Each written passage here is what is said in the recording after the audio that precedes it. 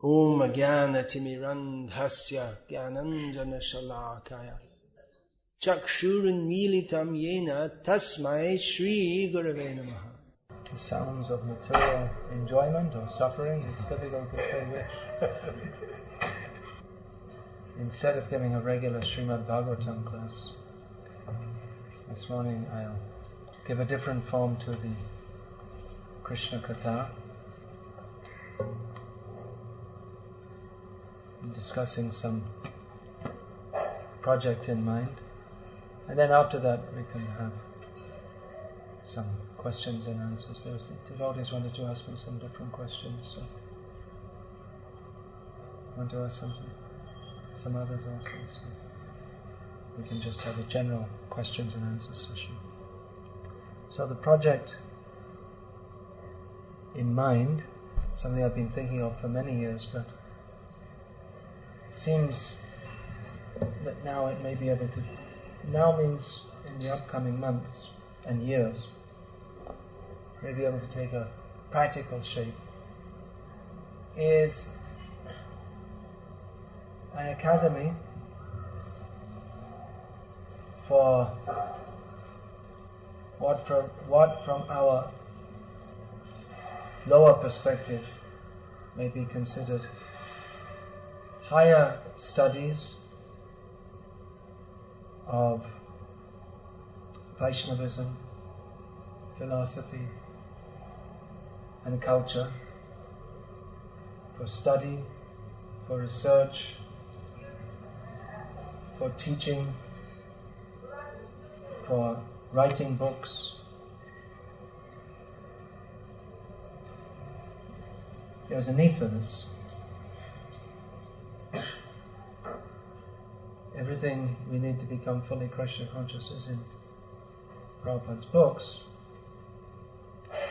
There's also, Prabhupada left us a whole universe of Vaishnava culture to reveal to the world as far as possible. There are also many or most persons in the world don't have faith in Prabhupada's books. Prabhupada himself speaks of research, for instance, in one purport, in the third canto. Just a short purport, he said that this statement can be the subject of great scientific research.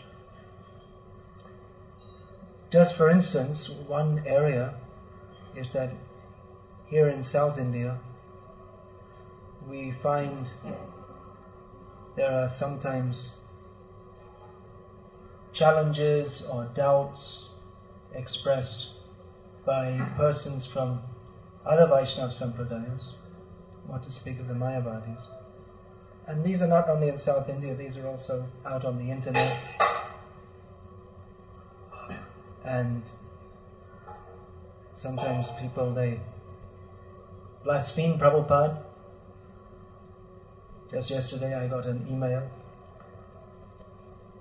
saying that, why does Bhaktivedanta call his Bhagavad Gita as it is, and then at the end of each chapter say, thus end the Bhaktivedanta purports. It's his purport. Actually, Bhaktivedanta here may mean A.C. Bhaktivedanta Swami Prabhupada, but it also means, it's the name, it's not just a name, just like some may get a name, Samir Sumit, some name like this, Senthil, some such name, but the name is full of meaning. So the Bhaktivedanta purport means that the purport is revealing bhakti as the summit of all Vedic knowledge. So when we say the Bhaktivedanta purport, it doesn't mean only written by A.C. Bhaktivedanta Swami Prabhupada, but it means the purport that reveals what Krishna said, as it is, that bhakti is the ultimate level of all knowledge. That's why for great personalities, Nam and Nami is a bhinna. Krishna is not just a name, but he is Krishna, he is all attractive. Bhakti Siddhanta Saraswati, he's not not just a name, but he is Bhakti Siddhanta. His whole being is non-different from the Siddhanta of Bhakti, which is Bhakti. And he is Saraswati, in as much as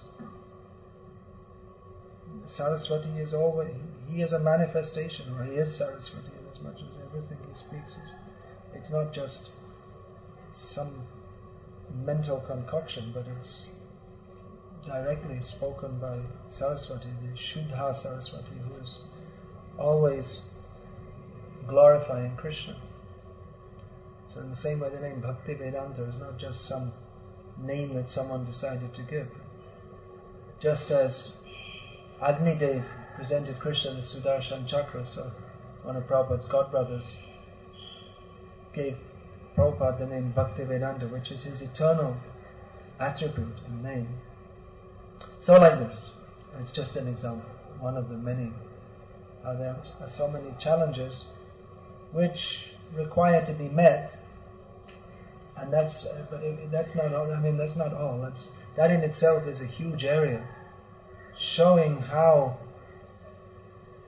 Gauriya Siddhanta is actually Siddhanta. Others, they may be called Siddhanta, but real Siddhanta means Purna, complete and perfect. Whereas whatever else goes on in the name of Siddhanta is only Angshit or partial. So to demonstrate that is not a small job.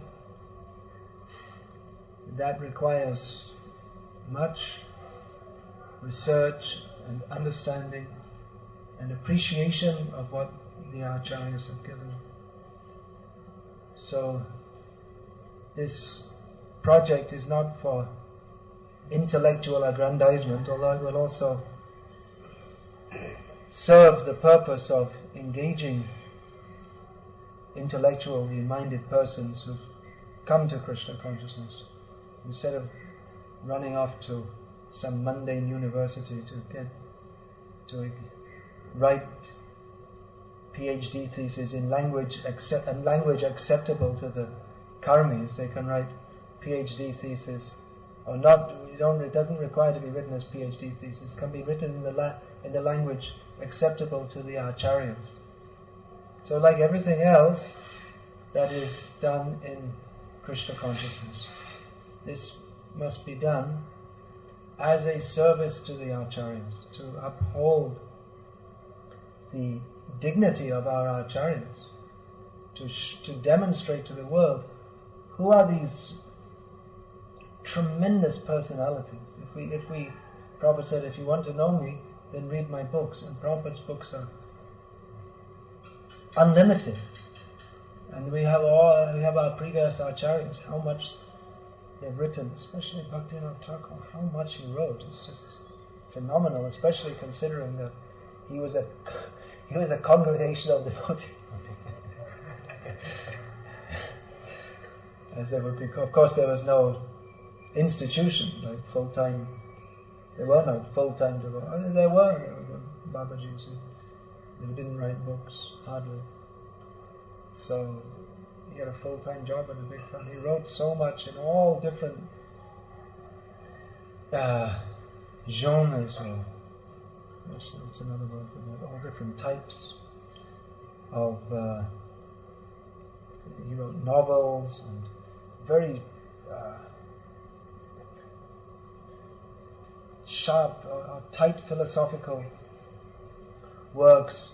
His songs, so many, and the whole Vaishnava philosophy, and the whole spiritual world is in. Prabhupada said the whole spiritual world is in the song Jai Radha Madhava. So what? There's only 4 lines. So what to speak of all the other? It's just staggering, even from our conditioned perspective. Even a little awakening of Krishna consciousness, we can begin to appreciate what are the gifts of Srila Bhaktivinoda Thakur.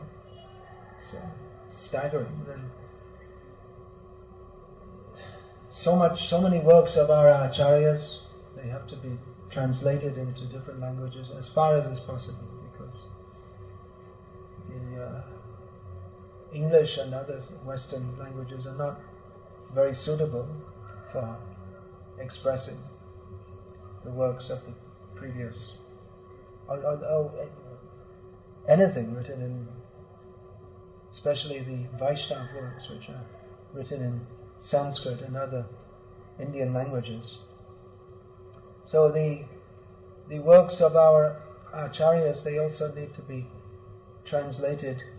They're mostly written in Bengali and Sanskrit, our Gauriya Vaishnava works.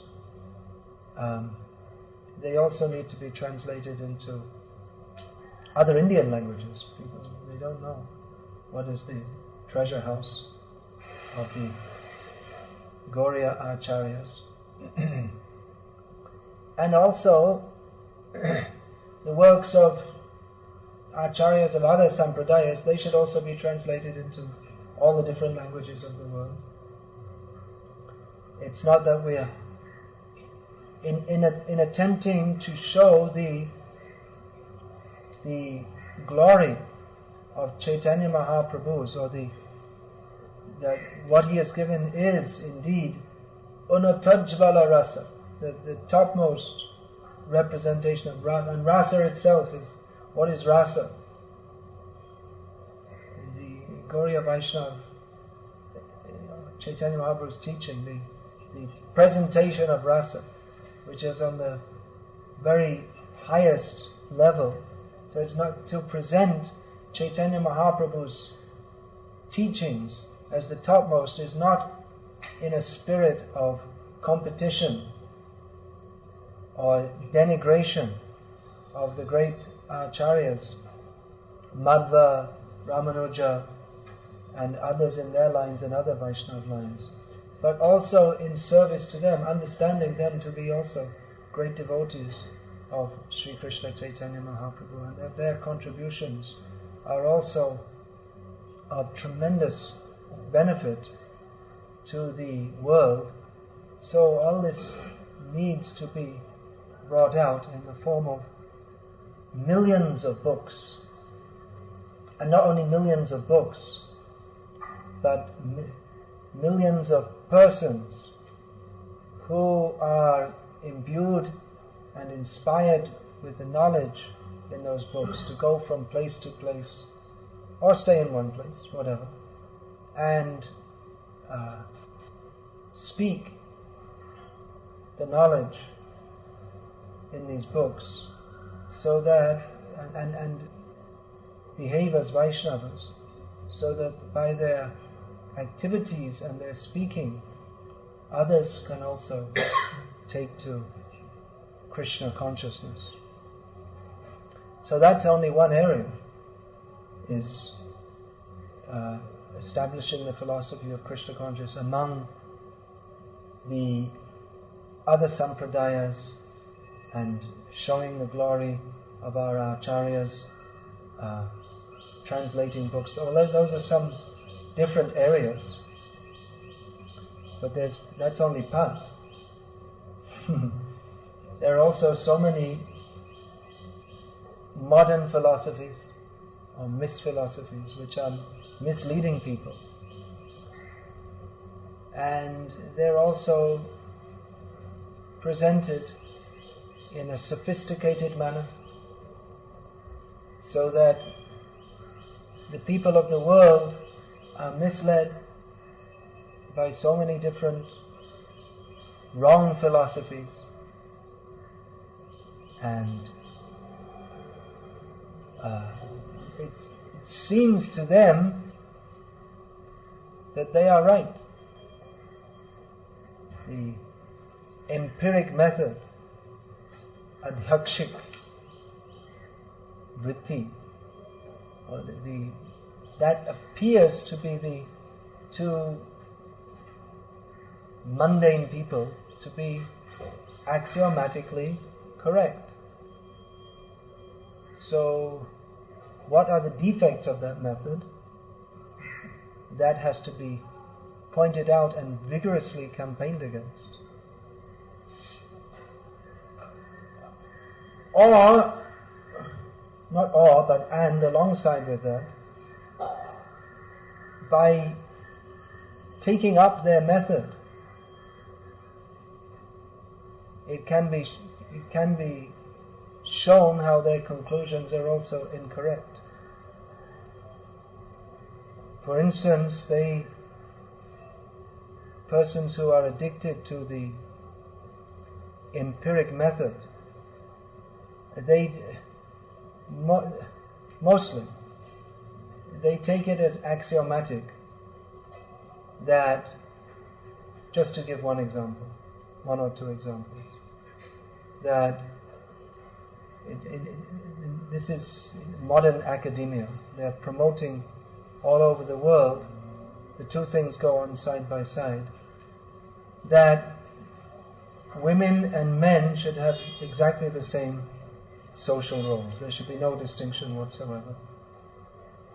And that those who do, and that homosexuals should be fully accepted within society, and that there should be no discrimination against them, and whatever they want to do as homosexuals, that should be considered quite proper and normal and acceptable. So these two agendas, they go on side by side. Women's lib and gay rights, they're going on side by side. They're being promoted by the intellectuals, so-called intellectuals, all over the world. And they're not content with that their own society at home is messed up, which they presume is more advanced, but they're determined to bring it into what they call the less developed world also. And they presume that anyone who doesn't agree with this, they call it homophobia, if you don't agree with homosexual rights. And the way they write their reports, it's understood that they just take it for granted that anyone who doesn't accept this, anyone who's not in favor of accepting homosexuals as completely normal persons with every right to be supported by society in their demoniac activities, that anyone who thinks that such activities are demoniac, that they are wrong, they are living in an old world kind of consciousness, they're unreasonable, they're unfair, etc., etc., etc. So, most of the people of the world, having gone through the modern education system, presume that the methods that these demoniac scholars take up are correct. That they do analysis and they make social studies, and they go on to show that homosexuals are actually normal people and in every way, just one thing different, but like this. So these things have to be argued against, at least within our Vaishnava society, as there is now being promoted within our Vaishnava society. Not surprisingly, just after the women's liberation movement comes the gay rights movement, and it's being promoted within Vaishnava society. So to protect Vaishnava society from attacks from within and from without, by the modern academic approach, it's required that not all devotees, but at least some devotees become expert in that modern academic approach.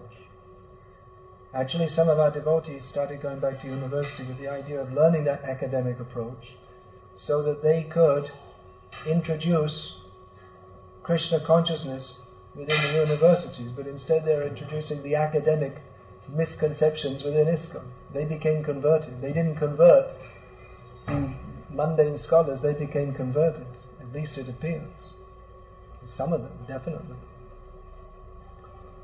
So, and they also just presume, they're saying that if you don't agree with them, then you're just some misfit who doesn't really understand. And the worst thing is they start to reinterpret the teachings of Shastra and what Prabhupada said and all these things. So it's a very dangerous situation. And they'll say, well, Shastra says this, but you have to understand, and they'll make so many reasons why that was for a different society at a different time, a different place, or we can't accept everything Shastra says. We can accept the spiritual teachings, but the material teachings are not. And so in this way, they undermine the very basis of Krishna consciousness, which is Yasya Deve Parabhakti Tata Deva Yata Deve Tata Tasyaite Katita Hyata Prakashante Mahatma. The faith in Guru, Bhagavan and Shastra is undermined. We have to understand their teachings with our intelligence, which is true.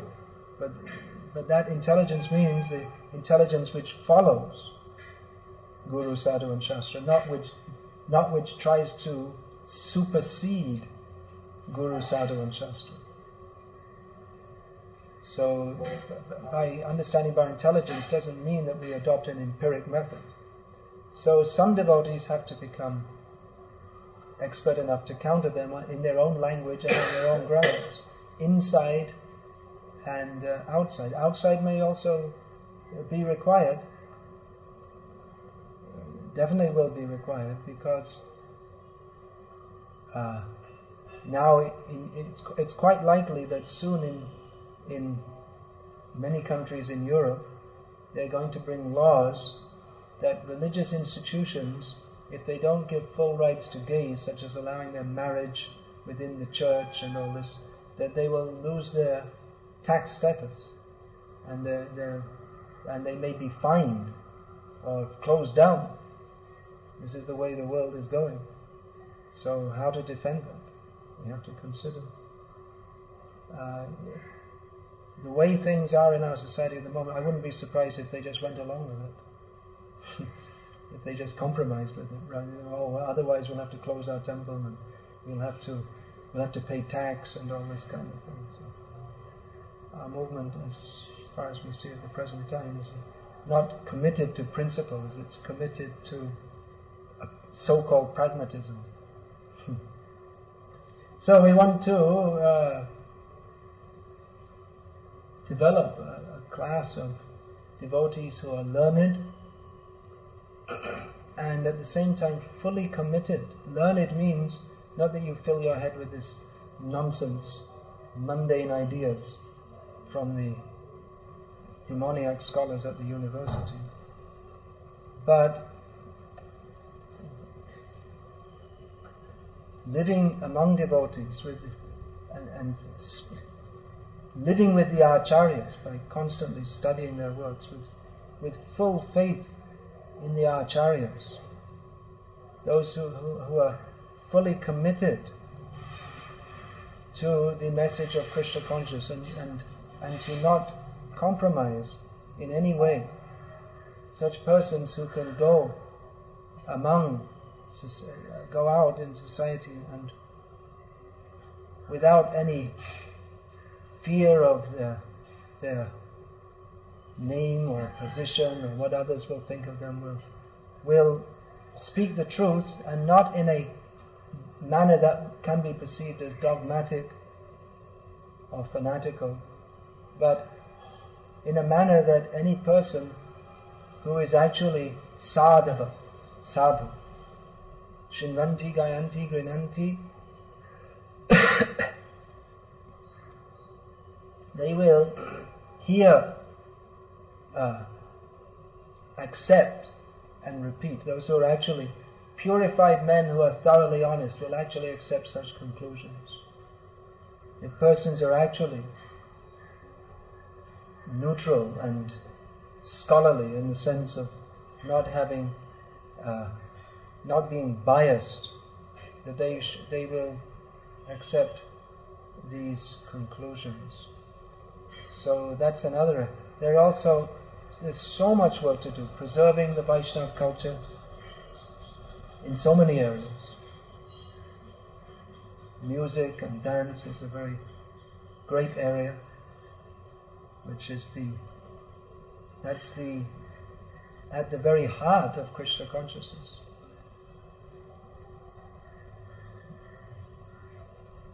So a lot of that is being lost, what to speak of so many manuscripts being lost, ancient manuscripts. So there's so many areas of Vaishnava culture need to be preserved. So that's another huge area. How much we can do remains to be seen. All over India there are different schools of Vaishnava culture. In Bengal there's so much. The Bengali people themselves are quite unaware of the exaltedness and the depth of their Vaishnava culture. Even most Bengali Vaishnavas, they don't have much idea of what is the depth of the teachings of their acharyas. And in Orissa there's so much Vaishnava culture which is people hardly know about. At least people know something about Bengali Vaishnava, what we call Bengali Vaishnavism, due to the endeavors of Srila Prabhupada. Something. But in Orissa there's so much also. Manipur, just a few days ago in Manipur, an ancient library with thousands of manuscripts, ancient manuscripts was burned by some tribal terrorist movement, because the Manipuri is written in Bengali script, so they're against Bengali script, so they just burn the whole thing, irreplaceable.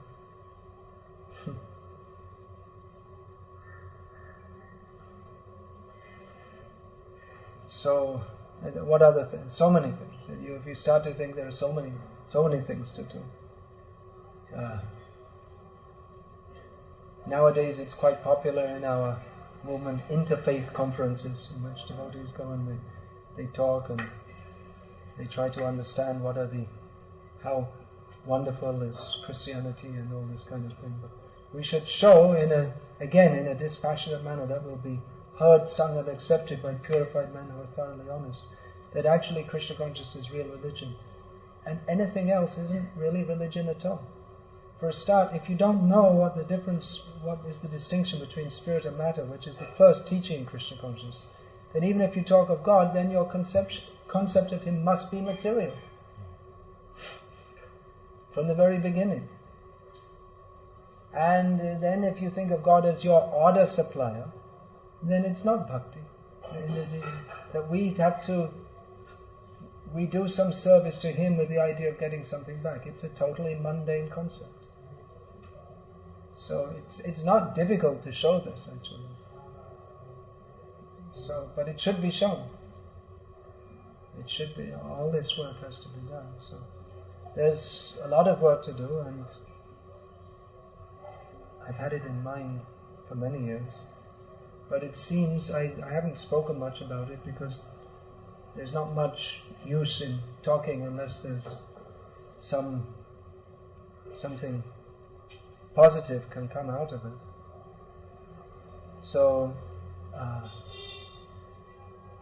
I think the only one here, you know Krishna Kirti, but I don't think anyone else here knows him. He's becoming quite well known all over ISKCON for his scholarly daily analyses of various attitudes within ISKCON, showing how various things, especially this, commenting on the social direction of ISKCON. Anyway, I proposed to him that he come back to India. He's from America, from a genuine, real American background. White. His father was an army officer, so real American background. But he was in India for some time. His wife is Indian. So he's agreed to come back after Gaur Purnima, and then we'll start working. Oh, another important thing I failed to mention was that Sanskrit has to be very much central to this. Because if we're going to talk about analysis of Shastra, and then knowledge of Sanskrit has to be there. You can't just rely on someone else's translation. Someone agreed with that. That's something else we could look into, the science of omens. There's so many areas of Vedic. That's an omen. If the tick-ticky goes tick-tick-tick-tick-tick, that means what you said is confirmed. At least in Bengal, they say. Jai Chakramaraj told me once there's something in Mahabharata about that. I don't know which edition of Mahabharata. It may be somewhere. So, there's so many things. The science of omens, the science of physiognomy, so many things to show that the Vedic culture, there's everything we need for human society. We don't need to study the DNA patterns in mass murderers to try to stop the phenomenon of mass murder. We don't need all this. For instance, they're studying now. Harvard University is going to spend $50 million working on trying to change attitudes towards women in science within their university, because earlier this year the principal of the university or something said, he was giving a speech on why, analyzing the phenomenon that at higher levels of science we find very few women. And he said as a suggestion that we might consider that maybe genetically women have less aptitude for this area of study, which caused a huge storm to even suggest that it might be possible that women in a particular area of study might have less aptitude. Caused a huge furor, so he had to sanction $50 billion to try to rebut, for research to rebut his own. Well, he only made it as a suggestion. I mean, if someone suggests that men are less capable of women than bearing women, of children, no one would protest. That there are differences between men and women, but they just don't want to accept that even the possibility. So instead of spending $50 million to make studies, then you just go to the Vedic culture. Everything that we need to know for human society is that we have to show them. That is required.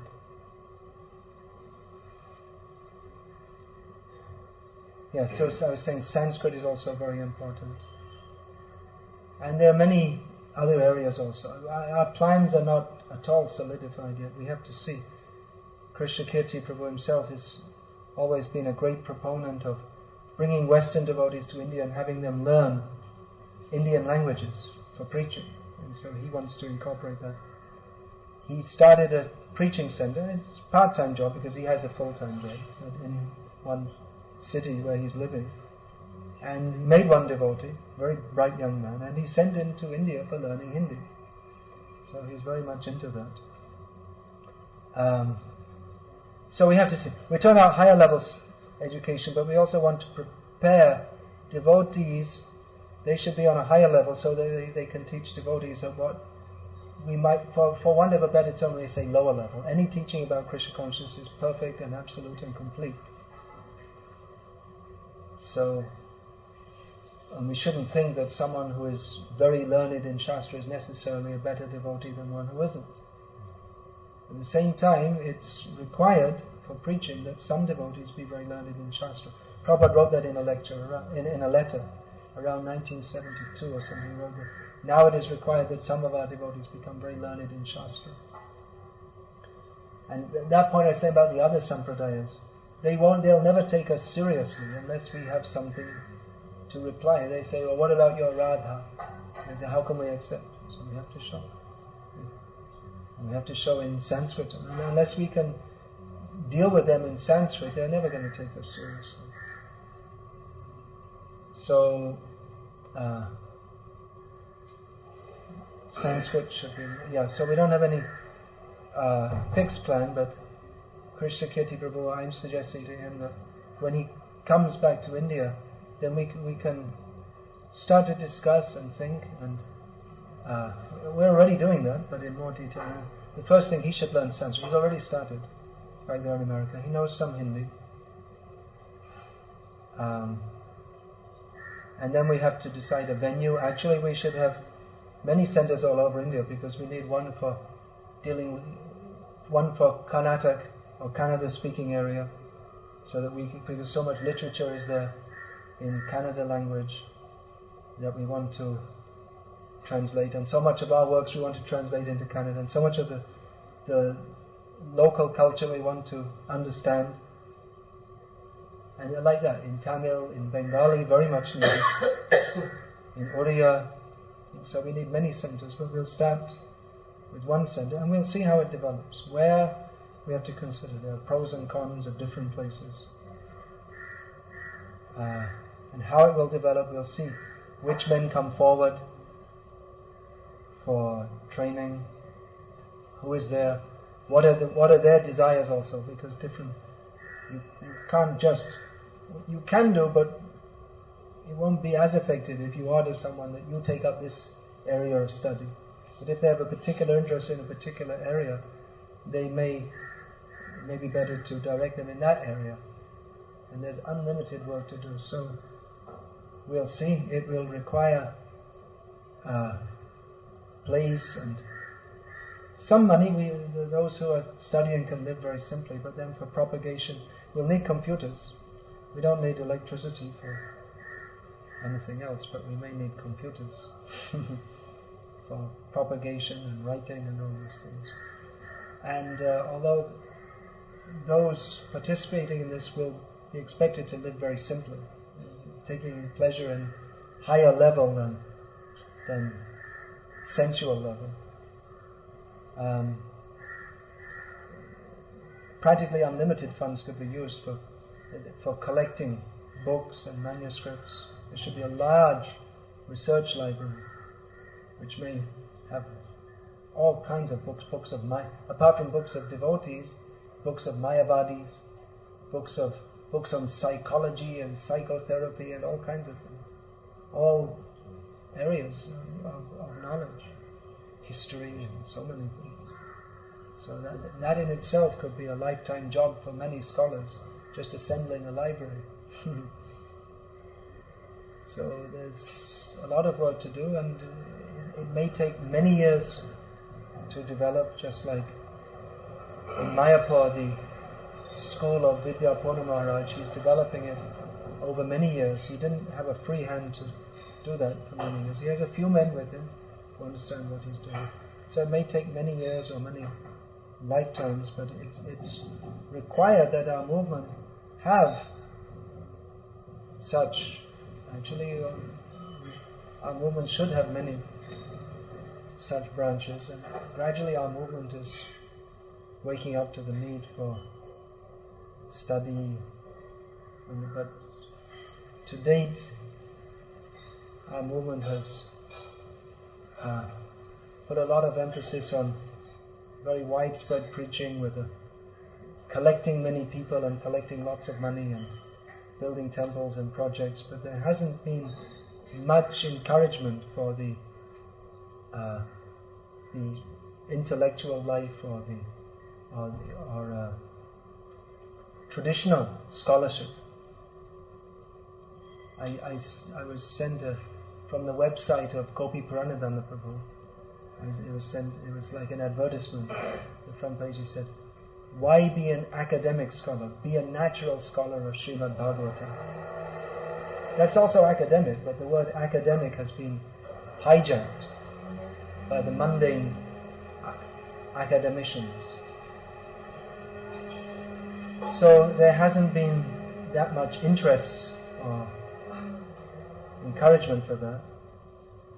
I'm hopeful that if we do start this, that we may attract devotees from all over the world who are interested in serious study and research with the aim of serving our acharyas.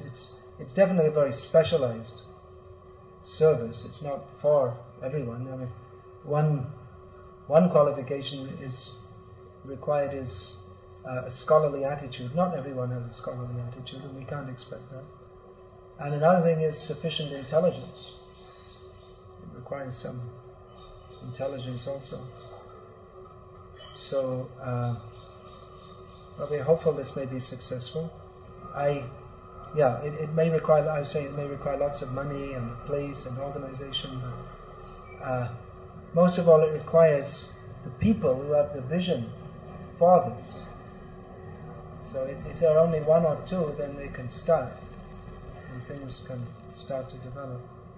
You see in course of time, like everything else in Krishna consciousness, it depends on Krishna's mercy how everything will proceed. I mentioned the school in Mayapur, Bhakti Vidya Purna Maharaj, and the fledgling school at Govardhan, or Gopi Pranadana Prabhu's. Fledgling school means that he's there, and they have a syllabus which is based on Srimad Bhagavatam, and they don't have a building as a school, they don't have a fixed premises. So they're just beginning and getting organized. That may take some time. So we may say, well, what's the need of this school? Is it in competition with them? Or? No, we have the highest respect for them, and it's certainly not meant to be in competition with them. And I hope that if by the grace of Krishna and Srila Prabhupada this project does start to develop, which I'm hopeful that it will do, that we can have very nice interactions with these two schools. But our purpose will be a little different. In Vidyapurna Maharaj's school, the same idea that Vedic culture, higher learning, but they seem to be more focused on rituals and preserving that aspect of the culture. Vidyapurna Maharaj himself is, I know, very interested in music. So those aspects that they emphasize on more, we may not ourselves emphasize on so much. Although, for instance, if we do set up in South India, and then we may get into South Indian aspects of music. It's not really South India. We turn out Vaikuntha is culture, but India has traditionally been an outpost of Vaikuntha, or from where it's the bus stand to Vaikuntha, something like that. I saw this flyer they have for the Bombay project. Book your place in Goloka, but actually you can't book your place by giving some donation. It's not that just by giving a donation to building a project at ISKCON Juhu one is guaranteed. You've booked your place. You have a right to go to Golok. It's not. If it was so easy, then I'd go out and get 1 lakh of rupees and give it too. If it was, but it's not a matter of purchasing it. So also being born in India isn't a guarantee to go to Vaikuntha. Many people in India who have taken birth and who will take birth in future are unfortunately going in exactly the opposite direction. But what is called Indian culture is the actual culture that is a preparation for adopting the culture of the spiritual world. So when we say South Indian music or South Indian cooking or whatever, what we really mean is that aspect of Vaikuntha culture which has been manifested at the present time in South India. And that should be understood. So we also want to preserve all these things, although, like I said, we can work in tandem with, in tandem, you know what that means? Cooperatively, side by side. Tandem bicycle is a bicycle for two. Two people sit and they both pedal. So that word came up, in tandem, that phrase. And Gopi Pranadana Prabhu's school, that is focused on studying Srimad Bhagavatam and training people so that they can have a very good, very solid background in understanding Srimad Bhagavatam as Srila Prabhupada has given it and as our acharyas have given it, which they understand as the basis for any further study. So we might just send everyone there first, or they study Sanskrit also. But the Sanskrit as Gopi Prandan Prabhu explained, our aim and object is not teaching Sanskrit, but teaching Srimad Bhagavatam. So maybe we should just send everyone there first. But this school that we're thinking of, its emphasis, although not exclusively so, but its emphasis will be establishing Siddhanta in the face of all opposition and doubts. So this is particularly focused on preaching, although it may be a very specialized form. Prabhupada wanted this. He set up the BI, Bhaktivedanta Institute, as an institute for interacting with and establishing proper understanding within the fields of science and philosophy. That he wanted it in philosophy is not so well known, as it appears that he himself emphasized more on the science side. But he also said that it should be for science and philosophy. So there are some ideas. Like I say, it's very much at the ideational standard, ideational platform at the moment, but we seriously intend to give that solid shape within the upcoming months and years.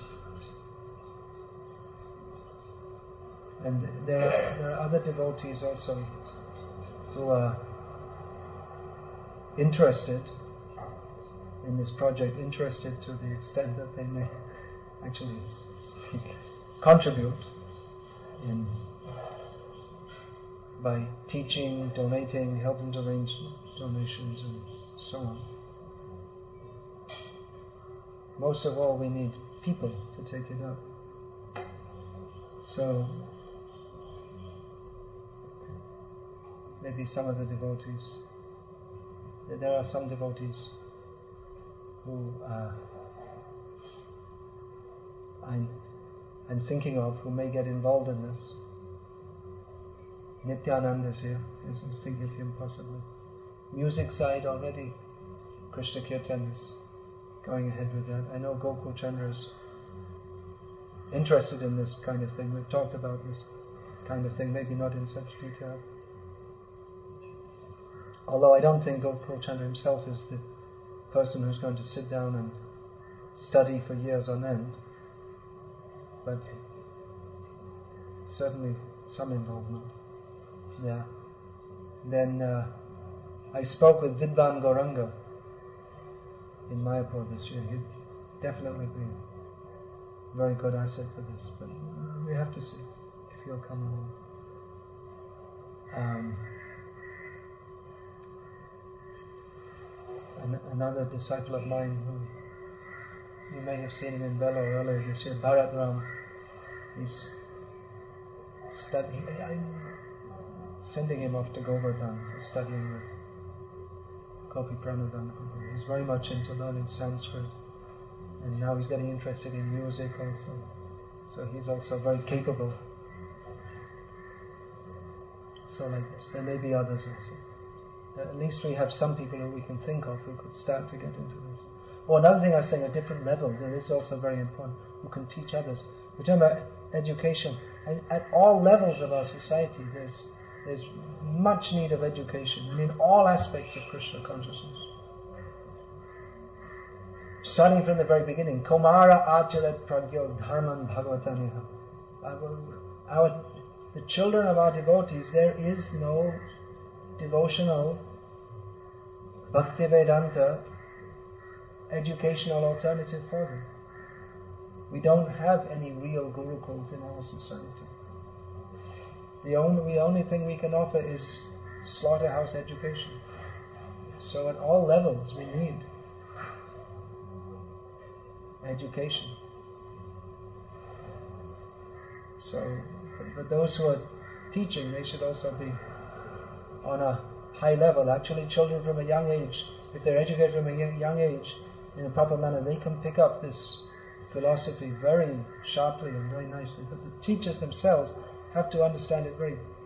If one is teaching on a primary level, he shouldn't be himself on just a slightly level above. He should have a very deep understanding, because even on the primary level, the principles have to be understood. If one has a misunderstanding of the principles, then from the very beginning, everything's going to be off. There won't be proper understanding. So it's required that the teachers themselves have a proper understanding. For instance, if you go to a Bhakti Shastri course and the teacher teaches you that Yukta Vairagya means, for instance, if you have a desire to eat halava, you don't just cook it and eat it, but you cook it and then you offer it to Krishna and then you eat it, and that's Yukta Vairagya. If the teachers themselves have such misconceptions, and that's Yukta Bhog Vilas. That means there's no Vairagya. That could be called Karma Yoga, but it's not Yukta Vairagya. It's not Bhakti. So, if the teachers themselves have such misconceptions, then what hope is there for the students? Everything should be very clear. There should be a body that becomes known and respected for establishing what is proper Siddhanta. It's very much lacking in our society. I mean, people don't even know how to discuss. People put out all kinds of faulty arguments, and because they don't know they don't know even what a basic logical argument is, that people can put out all kinds of illogical propositions. And people say, oh yeah, okay, that's right.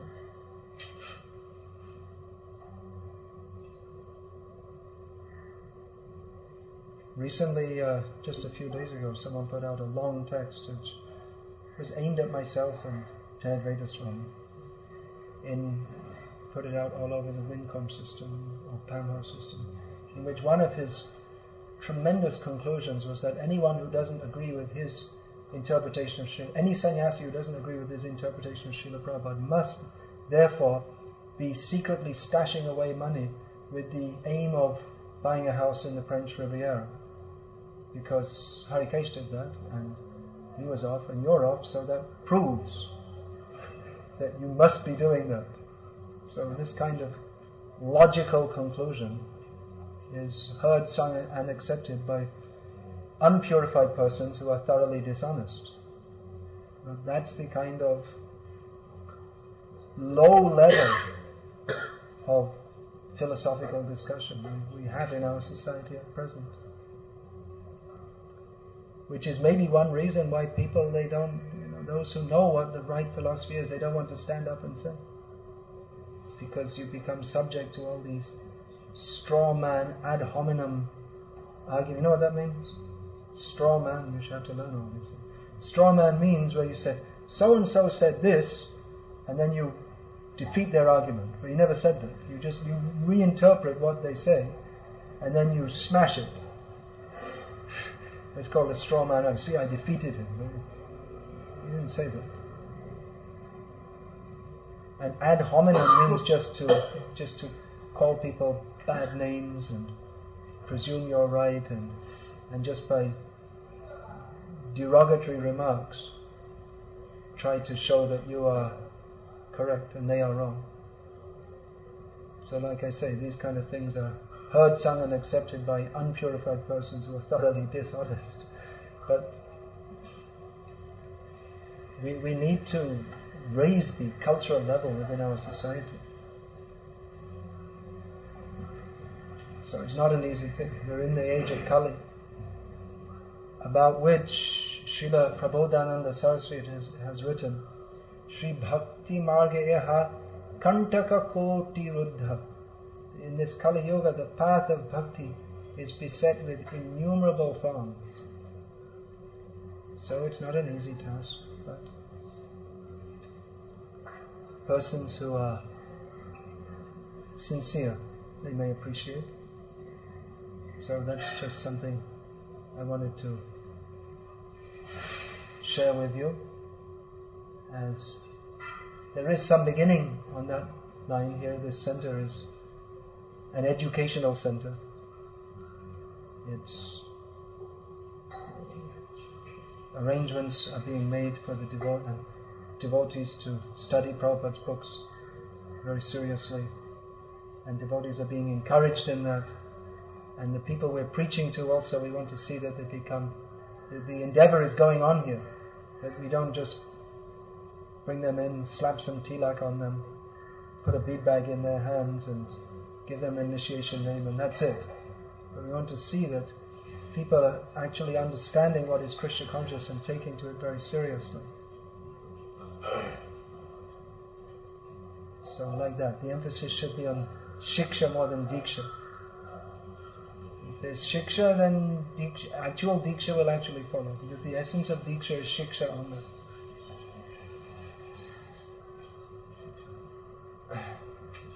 So some beginning is here.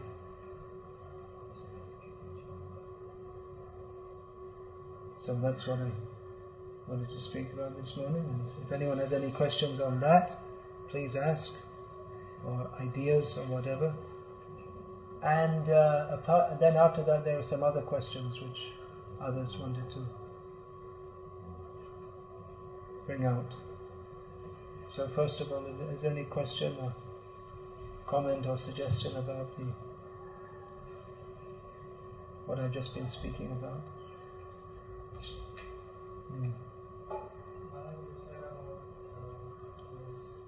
Library with many books of different authors.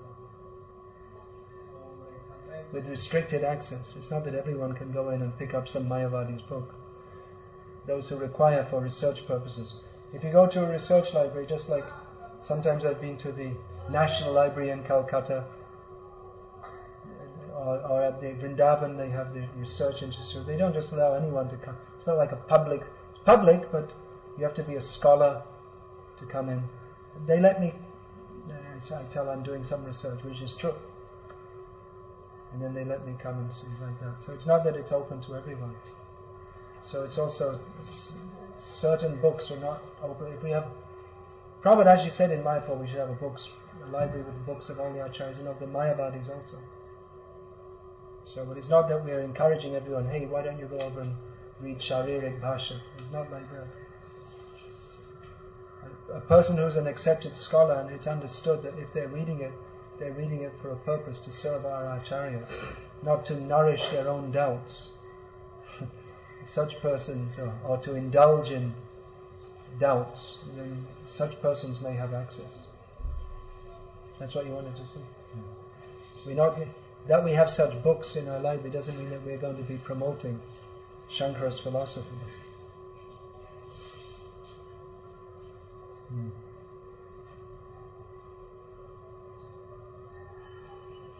Then anything else? there is one person I met maybe one month back. He is doing some research work on establishing Mahabharata and Srimad Bhagavatam. He wants to have Where is he? He's in Chennai. He's in Chennai. There was someone else in Andhra who's passed away now. He wrote some very good books in Telugu.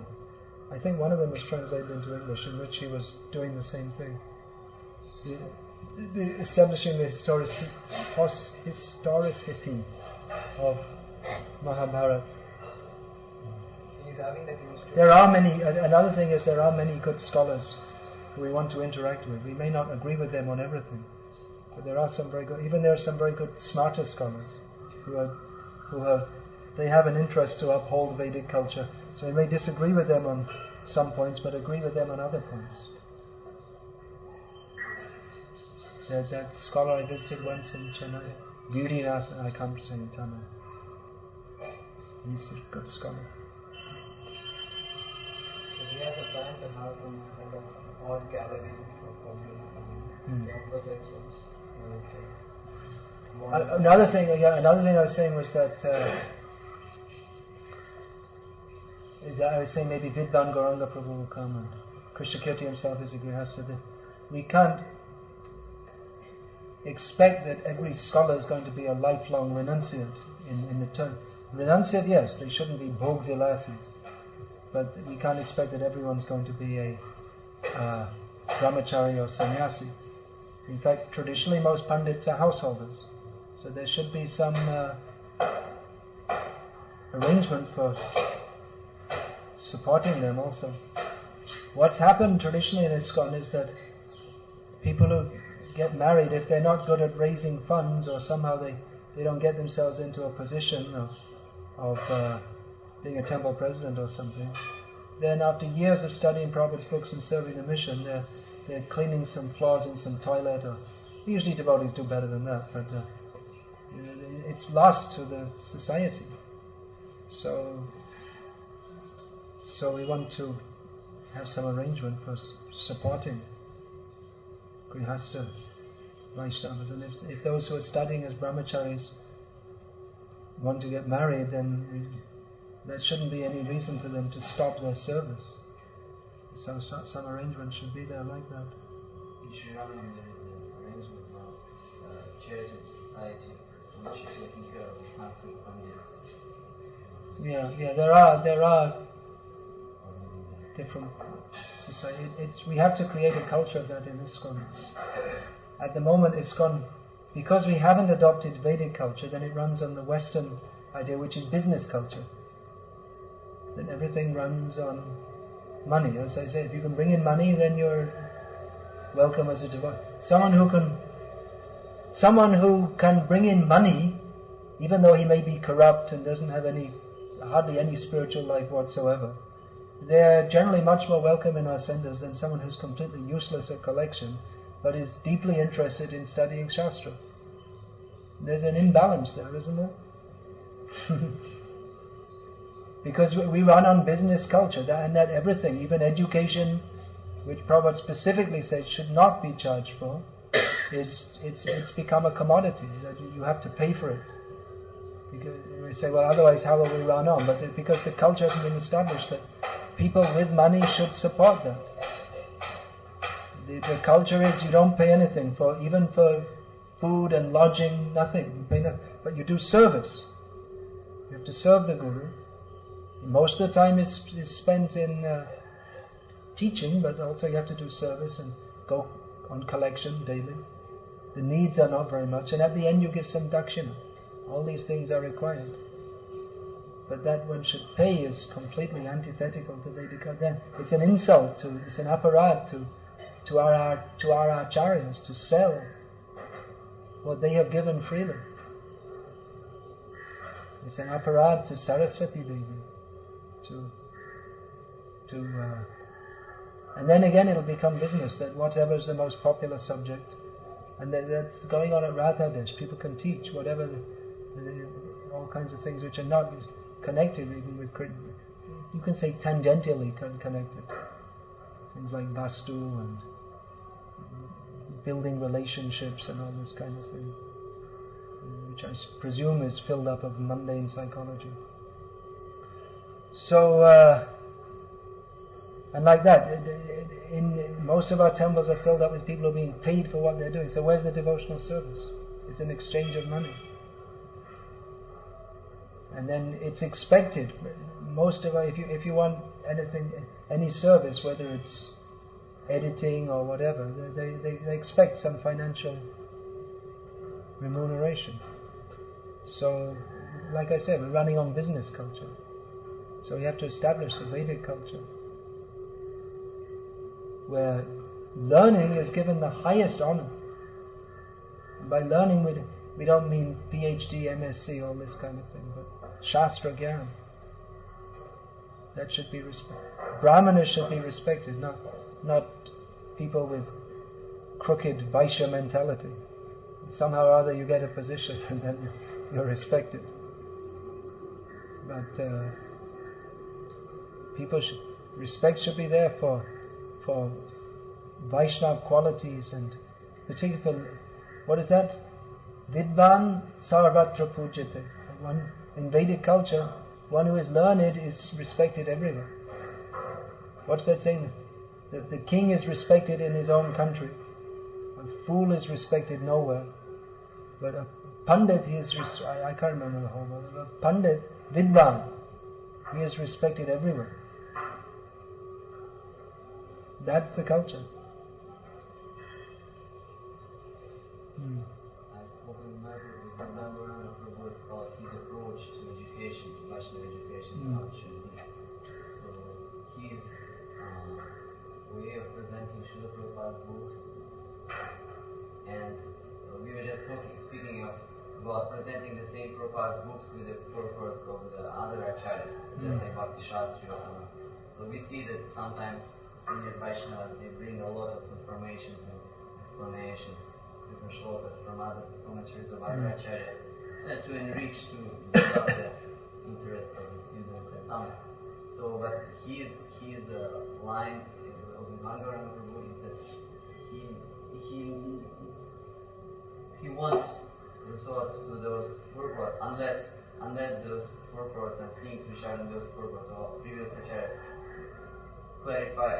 clarify some status of Prabhupada. In other words, apart from what Prabhupada touched in the purports, he won't go in the things which are explained by previous acharyas, which Prabhupada didn't touch. So, what is Guru Maharaj is your opinion of presenting teaching, like for example Bhakti Shastri? That is very good. We should foster the understanding that Prabhupada is the representative of all the acharyas. At the same time, if we are to serve Srila Prabhupada's mission in this particular aspect that I'm talking about, we should also understand that although everything is there in Prabhupada's books that is required for everything is there for our spiritual advancement, but he hasn't put everything, every single point of philosophical understanding and every nuance of it is not in his books. And I don't think that Prabhupada even pretended, or not pretended, but I don't think Prabhupada claimed that. And Prabhupada himself in his book says to refer to other books also of previous acharyas. And he also wanted his disciples to write books. So, yes, the platform should be very much on Prabhupada's books. And I myself am reading a lot of Srila Bhaktisiddhanta Saraswati Thakur. Mostly I'm reading his writings for the last 2 years actually. But I did read Bhagavatam and Chaitanya Charitamrita, I'm not sure 7 or 8 times all the way through first, and I do still refer to them. So I would hope that I do have a solid basis in Prabhupada's books. And again, it's a matter of attitude, not thinking that we're doing better, we're surpassing, but rather that we are. There's no question of surpassing Prabhupada. That's an absolutely foolish idea, if we even begin to think like that.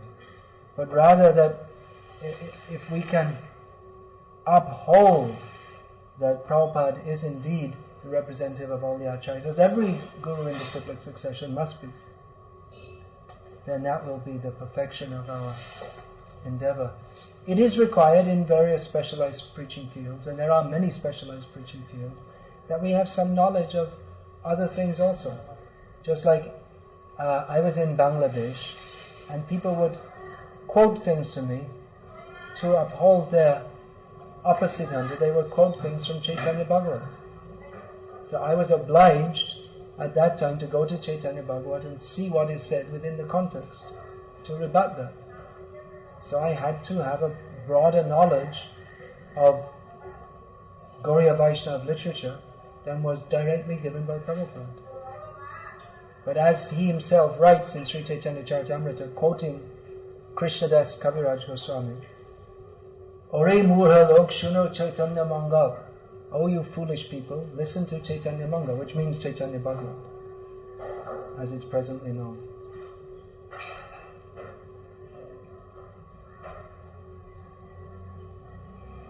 So yes, we want that.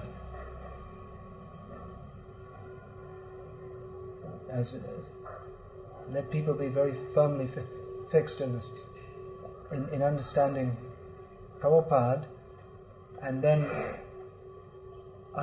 to serve Prabhupada better, we can also take up his instructions to study the works of previous acharyas also. This scholarship is a lifetime endeavor. It's not, scholarship is not acquired very quickly. And however great a scholar one may be, you can maybe be expert in one or maybe maximum 2 areas. Because knowledge of any subject is vast. People sometimes say about me, I'm a scholar. I laugh. I think it's just a joke. Where are the scholars today? If you see in the past, the best scholars today, I'm talking about Shastric scholars, they might be on the level of any ordinary scholar, say 100 years ago, where they were everywhere, every village there were scholars. The real scholars of the past, they were really very deep. So when we're talking about scholarship, we're talking about it's kindergarten. We may spend our whole life and come to kindergarten level. But for those who didn't even enter the kindergarten, they may think, oh, great scholar.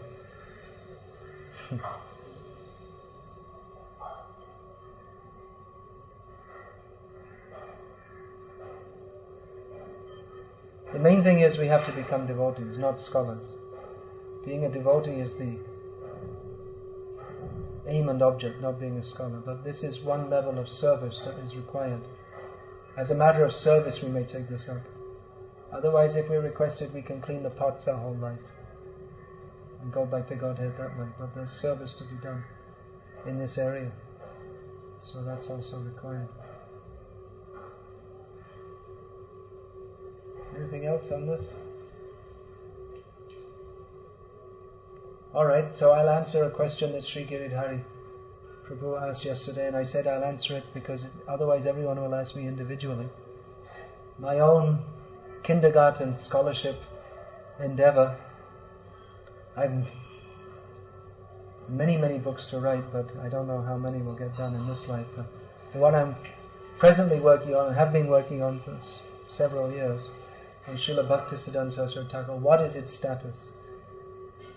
Well, the almost final manuscript is under the process of heavy editing at present. I have just a few more things to add in, and probably until it goes to the press I'll be adding things. That's usually how I work with books, because the subject matter is unlimited and it drives my editors crazy. But that's the way it is. So, it's in what appears to be actually the final stages of editing. After that it will require proofreading and layout. Layout and proofreading can go on simultaneously. Layout will take quite some time. It's quite a big book and there are a lot of photos. This is likely to get delayed because I'll be going overseas. I'm planning to go overseas, so hopefully the layout can start before I go overseas, so I can see something before I come back. When I come back. And then after the layout is done, then indexing will require to be done, because with a book with so much philosophy and instruction in it, then indexing will be useful to persons who want to take it as a serious study, or just devotees who think, oh, I remember reading something, let me look that up. So the value of a book of this nature is increased by its being indexed, so that will take about a month, and then after that it can be printed. So hopefully before the end of the year it should be printed. I'm still working on it, and then after that I'll go on to work on other books. You had some question also? Yeah, you touched this, you said that devotees, they start to take shelter, facing all these difficulties in the movement and in their own lives. They start to take shelter in mundane. People start to take shelter in mundane education, ideologies. Yeah. So now we see also that very powerful and for a long time in movement preachers, they fall down. They themselves they dedicate themselves to the process. But now devotees see they go away. So it's not easy to find the balance in how to develop faith in the process. If you see that Srila Bhaktisiddhanta Saraswati Thakur writes in his analysis at the end of the chapter of Chaitanya Mahaprabhu, his mercy on Chota Haridas, how he exhibited his mercy by rejecting him, and then again accepted him after he left his body. Severe lesson. So Srila Bhaktisiddhanta Saraswati Thakur, he gave a list of points that could be learned from this incident. And one of them is that if an acharya does not maintain the principles of Krishna consciousness, then it causes chaos in Vaishnava society. It's one of the reasons why Chaitanya Mahaprabhu, even though he's the most merciful incarnation of Godhead, despite the pleas of all his followers, he felt it incumbent or necessary to reject Chota Haridas from his company. And that rejection, of course, he came back after leaving his body, because he's an eternal associate.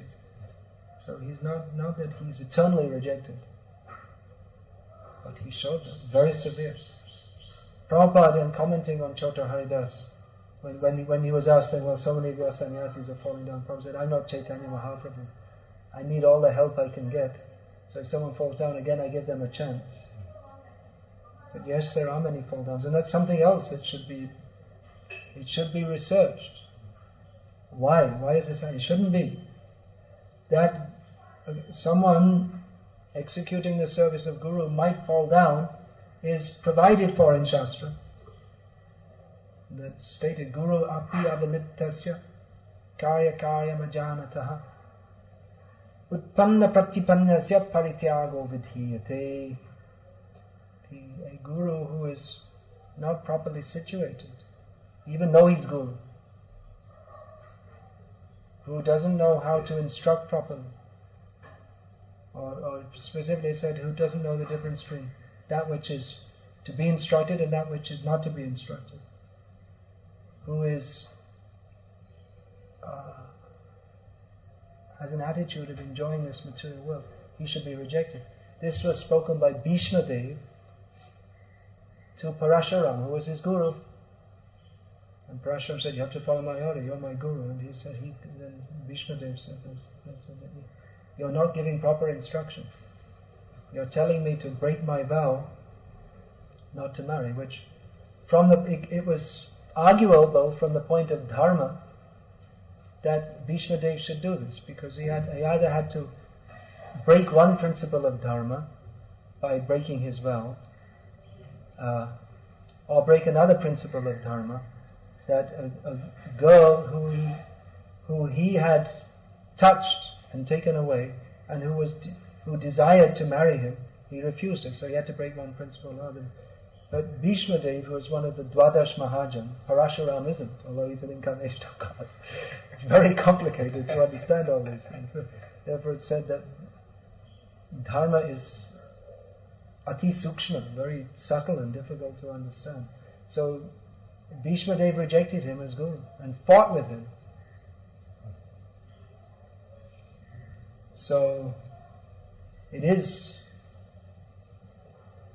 stated in Shastra, its provision is given there that one who is a guru, who was instructing properly, may fall away, but at the same time and we have in the writings of Narahari, Sharka, in the Gauriya Vaishnava Sampradaya addressing this topic, but it's not expected to be as common an occurrence as it has become in our ISKCON today.